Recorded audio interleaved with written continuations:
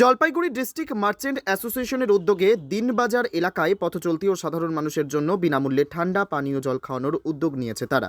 এই ধরনের উদ্যোগ সারা বছরই চলবে বলে সংগঠনের সভাপতি সন্দীপ মাহাতো জানিয়েছেন।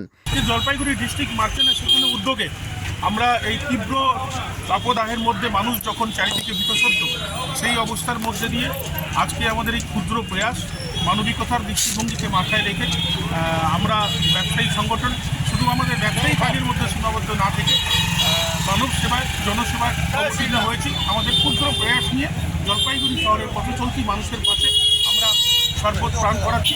তৃষ্ণার্ত মানুষের পাশে দাঁড়িয়ে তাদের অল্প তৃষ্ণা মেটানোর চেষ্টা করছি। এই ছোট প্রয়াসকে আমরা বিশ্বাস করি জলপাইগুড়ি মানুষ আমাদের এই সংগঠনের উদ্যোগকে স্বাগত জানাবে এবং এই ধারা রেখে আগামী দিনেও আমরা জনকল্যাণমূলক কাজ করি।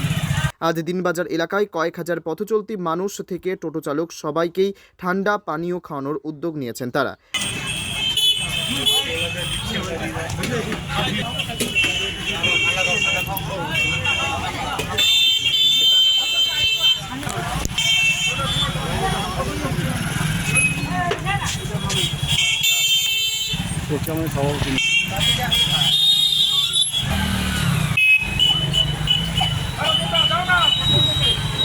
আজ সকালবেলা 9টা থেকে মাধ্যমিক পরীক্ষার ফলাফল ঘোষণা হবে। ইতিমধ্যেই স্কুল পড়ুয়া থেকে শুরু করে অভিভাবকরা শহরের বিভিন্ন স্কুলে ভিড় জমাতে শুরু করেছে। উল্লেখ্য, কয়েকদিন থেকে জলপাইগুড়ি শহর জুড়ে চলছে তাপপ্রবাহ, আর এই সময় যারা রোদে বের হয়েছে তাদের কিছুটা স্বস্তি দিতেই এই ধরনের উদ্যোগ বলে উদ্যোক্তারা জানিয়েছেন। করছে ওনারা এই যে ঠান্ডা পানীয় খুব সুন্দর, মানুষের জন্য খুব ভালো, সবার খুব ভালো, ঠাকুর মঙ্গল করুক। কতটা গলার ক্ষেত্রে সুবিধা হচ্ছে এই যে গরমের মধ্যে? ভালো হচ্ছে, খুব ভালো।